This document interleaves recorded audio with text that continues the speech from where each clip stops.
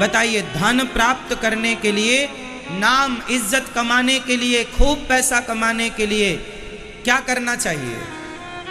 क्या करना चाहिए? क्या करना चाहिए? बहुत सारी सकारात्मक उस दिशा में मेहनत करनी चाहिए जिस दिशा में हमें आगे बढ़ना है। अर्थात जीवन में आज जितने लोग सफल हैं, चाहे टाटा, बिरला, अडानी, अंबानी, बिल गेट्स इत्यादि, जिनका भी आप नाम जानते हैं, इन लोगों ने बिना मेहनत किए सक्सेस प्राप्त कर ली हो? कैसा है? क्या बिना मेहनत किए सफल हो गए हैं? आज जयपुर में जिनका नाम है, जिनका भी आप नाम जानते हैं, सक्सेसफुली व्यक्ति हैं, क्या वो बिना कुछ किए सक्सेस हो गए? क्या वो दिन में सोते सोते सक्सेस हो गए? क्या वो टीवी क्रिकेट देखते देखते सक्सेस हो गए? इसका अर्थ है, हनुमान जी जब लंका गए तो हनुमान जी से कहा था मैनाक पर्वत ने, हनुमान जी थक गए होगे, थोड़ा सा विश्राम कर लीजिए। तब हनुमान जी ने जो बात कही थी वो आज के युवाओं के लिए संजीवनी बूटी है। हनुमान जी ने कहा था कि राम काज कीन्हे बिनु मोहि कहाँ विश्राम, जब तक मैं राम जी का कार्य पूरा नहीं कर लेता तब तक मैं विश्राम नहीं करूंगा। यही है वो मूल मंत्र कि आप तब तक काम करते रहें, तब तक चलते रहें जब तक आप सफल नहीं हो जाते। पलट पलट कर पीछे देखने वाले लोग इतिहास नहीं रचते। इसलिए आगे जाना है। बता दो जयपुर के यूथ को, बता दो यहाँ के नौजवान दोस्तों को, भाइयों को और मेरी प्यारी बहनों को कि जीवन में आगे बढ़ना है तो आप सबसे पहले अपने अंदर की ये सोच डिलीट कर दें कि आप ये काम नहीं कर पाएंगे। इस धरती पर, इस संसार में ऐसा कोई काम नहीं है जो आप और हम ना कर सकें। पहले तो नेगेटिविटी मिटाइए। आपके पांव की बेड़ी, पहली बेड़ियां यही हैं जब आपसे दुनिया ये कहती है कि तुम ये नहीं कर सकते, तुमसे ये नहीं होगा। ये जो है ये पहली बेड़ियां हैं, इन्हें काटना पड़ेगा। बोलो मेरी माँ, आप लोगों ने भी सुना होगा ये बात लोगों के मुंह से, ये काम तुम नहीं कर सकते, ये तुमसे नहीं होगा, ये तुम्हारे बस का नहीं है। Nothing is impossible, everything is possible. इस धरती में ऐसा कौन सा काम है जो आप नहीं कर सकते, जो हम नहीं कर सकते? आप बताइए। कल्पना चावला चली गई अंतरिक्ष तक। जब हम चांद तक जा सकते हैं, मंगल ग्रह तक जा सकते हैं, तो बताइए अब हम क्या नहीं कर सकते? करने का जुनून हो, कर गुजरने का भाव हो तो सब हो सकता है, वरना खटिया तोड़ने वाले इतिहास नहीं रचा करते। खटिया तोड़ने वाले इतिहास नहीं रचा करते। जीवन में कुछ करना है तो इतनी मेहनत करो कि पांव में कांटा चुभा है तो उस चुभन को कह दो, उस दर्द को कह दो कि अभी इस दर्द में ठहरने का समय नहीं है। जब आप अपने शरीर के दर्द को ये कहने लग जाएंगे कि दर्द अभी कुछ दिन और रुक जा, अभी तुझे समय देने के लिए मेरे पास वक्त नहीं है, तो दर्द भी अपने आप हाथ जोड़ लेगा, भैया मैं आके करूं क्या, ये तो देखते ही नहीं।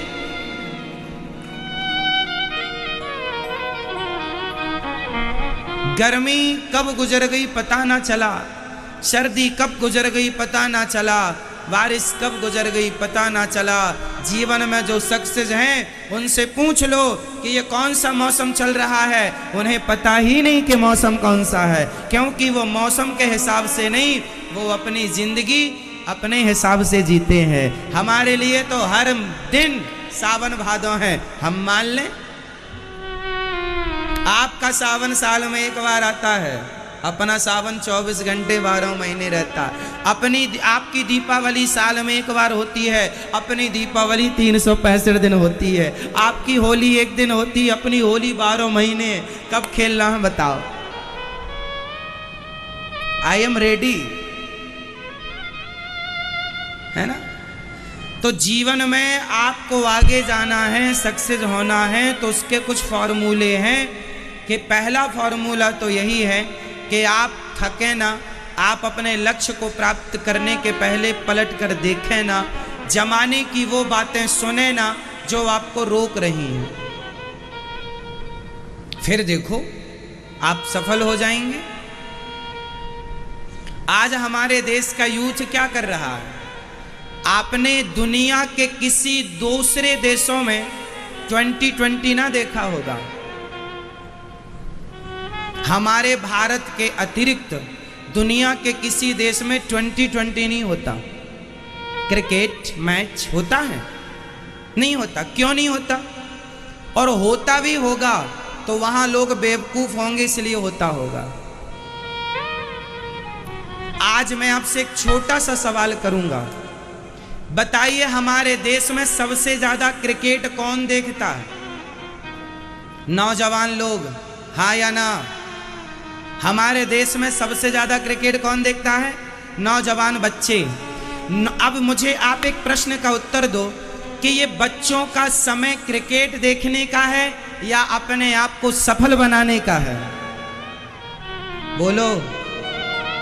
जो वक्त आपको सफल बनाने के लिए आपको अपने आप को देना चाहिए था, जो समय आपको अपने आप में खर्च करना चाहिए था, जिस समय से आप आगे जा सकते थे, आप वही 6-6 घंटे रोज के बिगाड़ रहे हैं। क्या पालोगे? क्रिकेट खेलकर, क्रिकेट देखकर क्या पालोगे? 6 घंटे बिगाड़ोगे। जानते हो 6 घंटे की कीमत क्या होती है?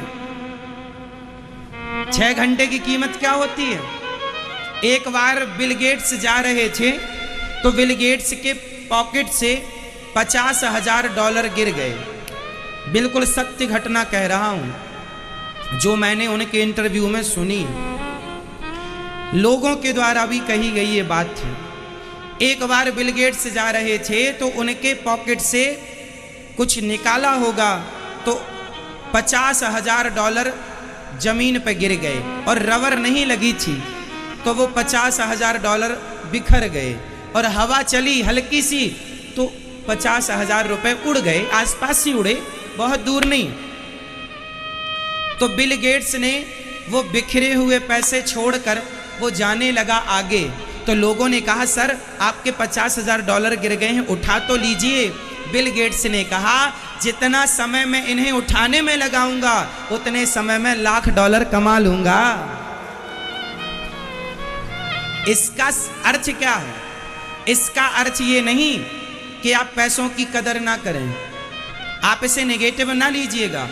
इस कथा को पॉजिटिविटी से समझिएगा कि बिल गेट्स का कहना यह था कि $50,000 रुपए उठाने में जितना समय लगेगा उतने समय में मैं $1,00,000 कमा लूंगा। मतलब वो आदमी इसलिए सक्सेस हुआ क्योंकि वो समय की वैल्यू जानता है कि समय क्या होता है, क्योंकि वो किसकी कदर करता है? एक आदमी है पैसे की कदर करता है, एक आदमी है समय की कदर करता है। बताओ जीवन में सक्सेस कौन हो सकता है? पैसे की कदर करने वाला या समय की कदर करने वाला? जोर से और जोर से, किसकी कदर करना चाहिए?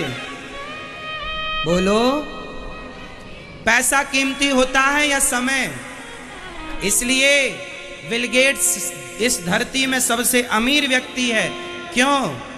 क्योंकि उस व्यक्ति ने पैसे से ज्यादा समय को समझा है। जो व्यक्ति धन से ज्यादा समय की कीमत करेगा, समय को समझेगा, समय की इज्जत करेगा, समय के महत्व को समझेगा, वही जीवन में कुछ कर सकता है। वरना 6-6 घंटे क्रिकेट देखने वाले सिर्फ खटिया तोड़ सकते हैं, ये इतिहास नहीं रच सकते। अब आपको ये देखना है कि आपको खटिया तोड़ू बनना है या कुछ कर गुजरना है, कर दिखाना है। और कर दिखाने के लिए ये बहाने नहीं चलेंगे। आज हमारी तबीयत खराब है, आज काम नहीं करेंगे। अरे ये क्या बात होती है? ये मूर्खों के बहाने होते हैं। तबीयत खराब है, काम नहीं करेंगे। अरे ये दास अनिरुद्ध को 102 डिग्री 4 डिग्री भी बुखार होती है तो भी मैं वही काम करता हूँ जो नित्य करता हूँ। कथा सुना, जो काम मैं रोज करता हूँ, स्वास्थ्य अच्छा होने पर, स्वास्थ्य बिगड़ने पर भी वो काम करता हूँ। मैं एक दिन का बहाना नहीं करता कि मेरी तबीयत बिगड़ गई। कितनी बार मैंने वो पूरे काम किए हैं बुखार होने पर भी। सिर में दर्द है, बोला नहीं जा रहा। एक बार तो मेरा इतनी स्वास्थ्य बिगड़ गया था, मुंह से एक शब्द नहीं निकल रहा था, बोलने की हिम्मत नहीं थी, बैठा नहीं जा रहा था। पर ठाकुर जी ने शक्ति दी और कार्य किया। मैंने आज तक अपने कामों में ये बहाना नहीं बनाया आज मेरी तबीयत खराब है। ना जी, तबीयत खराब है तो तबीयत को बोलता हूँ बाद में खराब हो जाना, अभी मेरा काम खराब मत कर, चल जा बाद में आना, अभी काम करने दे, बाद में फिर देखेंगे तुझे। ये बहाने नहीं कि आज मेरा सिर दर्द है, ये दर्द है। जीवन में आगे बढ़ना है तो सिर्फ राम काज कीन्हे बिनु मोहि कहा विश्राम। आप लोग देखते हैं क्रिकेट, इसलिए इतिहास नहीं रच पा रहे हो और ना रच पाओगे। यदि यही तुम्हारे लक्षण रहे तो, यही आदतें रही तो ना कर पाए हो ना कर पाओगे। लिख लेना स्टाम्प पर, साइन हम कर देंगे।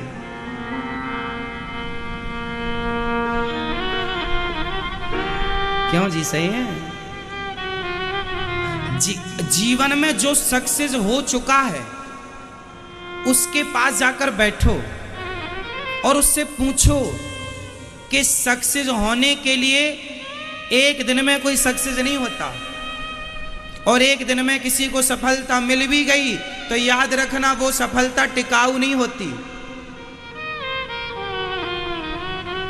लंबे समय से जो व्यक्ति सफल होने का प्रयास कर रहा है, जब वो सफल होता है तो तूफान ला देता है दुनिया के लिए। इसलिए अपनी तैयारियां अभी से शुरू कर दो अपने सफल होने की। इतिहास रचना है आपको, इतिहास लिखना है आपको। कोई महाराणा प्रताप को एक दिन में नहीं जान गया, उनके एक बलिदान को लोग नहीं जानते, उनके सैकड़ों बलिदान को लोग जानते, उनकी सैकड़ों गाथाएं हैं। क्यों जी? महाराणा प्रताप की गाथा कोई एक नहीं है, सैकड़ों गाथाएं, सैकड़ों कहानियां हैं। वो सैकड़ों बातें हैं जिनसे हम उनसे कुछ सीख सकते। वो आपकी तरह समय नहीं जाया करते थे, वेस्ट नहीं करते थे, बैठे तमाशा देख रहे हैं। जीवन में महाराणा प्रताप के बारे में आप सब जानते हैं कि हल्दी घाटी के युद्ध के बाद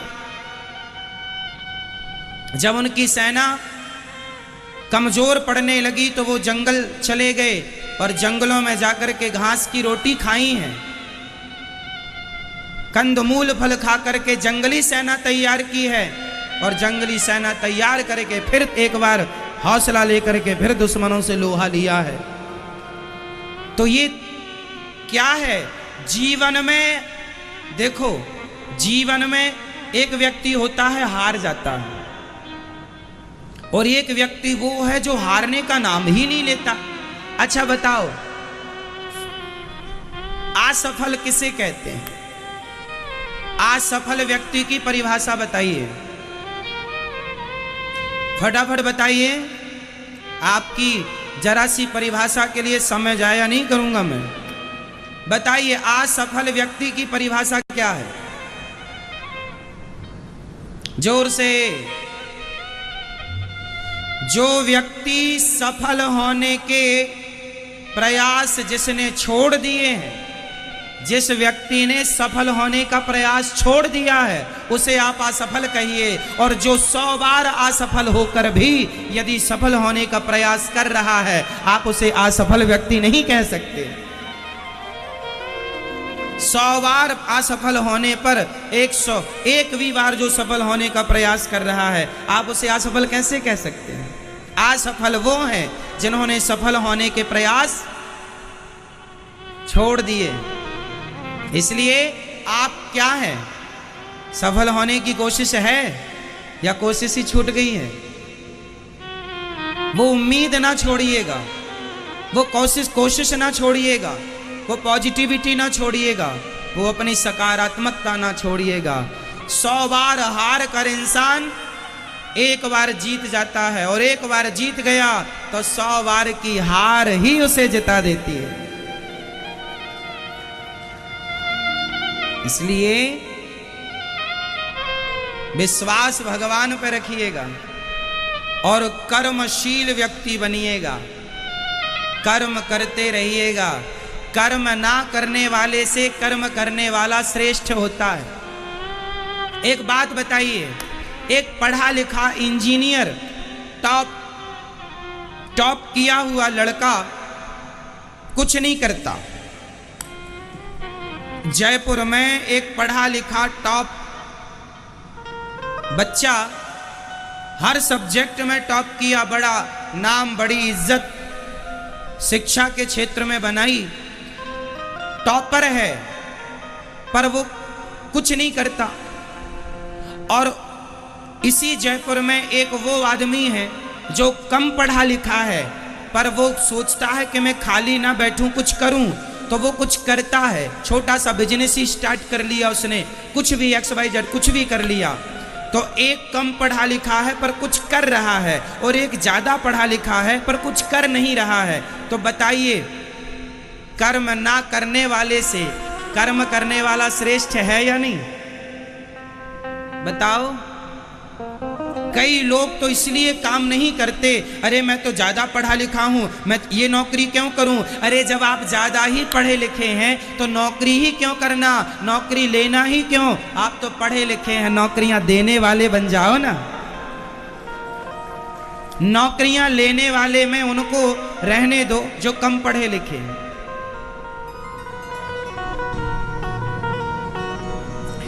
हम ये नहीं कहते तुम महीने के लाखों कमाओ, महीने के 50,000 भी कमाओ, ये भी कोई बात नहीं है। पर मैं ये कहूंगा कि कुछ ना कमाने से अच्छा है कुछ कमाओ, कुछ ना करने से अच्छा है कुछ करो। ना करने की अपेक्षा कर्म करने वाला श्रेष्ठ है। स्वल्पमप्यस्य धर्मस्य त्रायते महतो भयात्।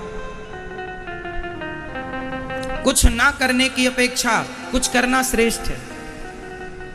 इसलिए ये कथा आज की अपने बच्चों को जरूर सुनवाइएगा, ताकि इस कथा से प्रेरित होकर बच्चे भी कुछ करें।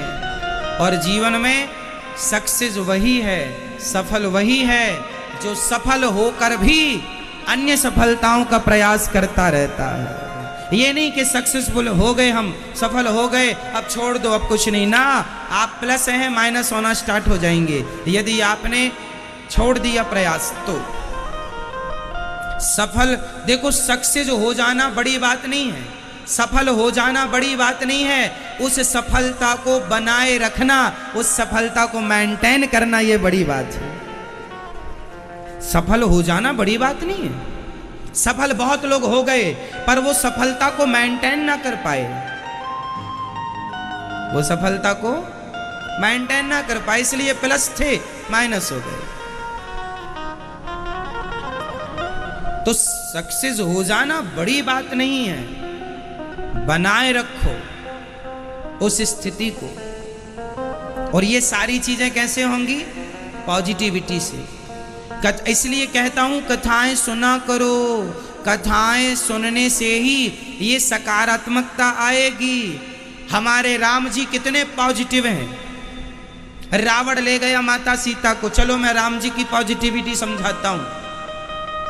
रावण ले गया सीता को, अब राम जी के पास ना खुद की सेना थी, ना खुद का रथ था, ना खुद का कोई मंत्री संतरी, कुछ भी नहीं, लेकिन फिर भी राम जी ने हिम्मत नहीं हारी और राम जी चलते गए, जंगल की बंदर भालुओं की सेना तैयार करते गए।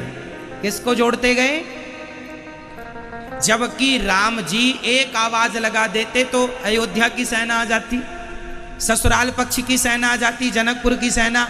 जनकपुर की सेना से, जनकपुर के राजा से रावण डरता था, जनक जी से रावण डरता था, दशरथ जी से रावण डरता था। यहाँ की सेना इतनी पावरफुल थी कि रावण डरता था।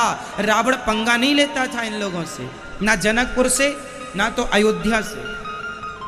राम जी तुरंत चाहते तो बुला लेते सेना, अयोध्या की सेना आ जाती, जनकपुर की सेना आ जाती, रावण से युद्ध हो जाता। लेकिन नहीं, राम जी ने ना ससुराल को परेशान किया, ना अयोध्या को परेशान किया। राम जी की लीडरशिप क्या है जरा देखिएगा। लीडर कैसा होना चाहिए? लीडर वही है जो हार ना माने, जिसके पास कोई पावर ना था फिर भी उन्होंने जंगल की सेना इकट्ठी की, बंदर भालुओं की सेना तैयार की और इन बंदर भालुओं के बल पर रावण जैसे दिग्गज को धूली चटा दी।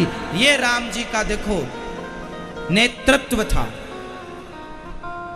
राम जी का नेतृत्व कैसा है? कैसे लीडर है राम जी? राम जी के लीडर ऐसे हैं, राम जी की पॉजिटिविटी देखिए कि वो बंदर भालुओं के बल पर खड़े हैं और बंदर भालुओं को क्या सिखाते हैं। जब कुंभकर्ण आया और कुंभकर्ण ने अपने पांव के नीचे एक पांव रखता तो 100-200 बंदर भालू मर जाते। उसका वो इतना विशाल था ना कुंभकर्ण कि पांव रखता तो 100-200 तो एक पांव से, दूसरा पांव रखता तो 100-200 तब मर जाते। अब सारे बंदर भालू डर गए, दौड़े दौड़े राम जी के पास आए। प्रभु प्रभु, बड़ा आया है वो कुंभकर्ण, वो बहुत मार रहा है, हमारी सेना खत्म कर देगा। राम जी बोले चिंता ना करो। राम जी ने कहा कि हम हैं। अब देखो सामने इतना बड़ा योद्धा खड़ा है जिसके पांव रखने से 100-200 लोग मर रहे हैं, लेकिन उस समय भी राम जी पॉजिटिव हैं। अपनी सेना को क्या दे रहे हैं? पॉजिटिविटी। ना, हिम्मत ना हारो, डरो मत, हौसला रखो, चलो हम चलते हैं। राम जी गए, कुंभकर्ण से युद्ध किया, कुंभकर्ण मारा गया। जब लीडर सक्सेस होता है तो उसकी फौज, उसकी सेना, उसका कॉन्फिडेंस डबल हो जाता है। हम बढ़िया आदमी के साथ हैं, हमारा नेतृत्व करने वाला व्यक्ति बढ़िया संभाल लेता है मोर्चे को। राम जी के पास एक चुनौती और थी। रावण तक, अच्छा रावण रहता था लंका में अर्थात समुद्र के उस पार। अब उस पार तक राम जी तो चले जाएंगे, राम जी तो भगवान है। हनुमान जी चले जाएंगे, वो तो छलांग मार के चले गए, पर ये बंदर कैसे जाएंगे? तो बंदरों के लिए क्या करें? सेतु तैयार करें। सेतु कैसे बनाएं? कहां से आर्किटेक्ट ले आए, कहां से इंजीनियर पकड़ के लाएं, कहां से व्यवस्था करें, कंक्रीट कहां से लाएं, सरिया कहां से लाएं, क्या क्या करें, कौन माथा फोड़ी करे, कौन माथा पच्ची करे, क्या करें? अब तो राम जी ने प्रार्थना की, समुद्र मान जाओ, रास्ता दे दो ईमानदारी से। जब नहीं माने, क्रोध में आकर अग्निबाण निकाल लिया, सुखा देंगे सारा समुद्र। चरणों में गिर पड़े, कहा सेतु का निर्माण। नल नील बड़े बुद्धिमान थे। पत्थर पर एक पे रा लिखा, दूसरे पे मां लिखा, पत्थर जुड़ते गए और सेतु तैयार हो गया। राम जी के जीवन में जितनी बड़ी चुनौतियां थी, हमारे जीवन में इतनी बड़ी चुनौतियां कभी हो ही नहीं सकती।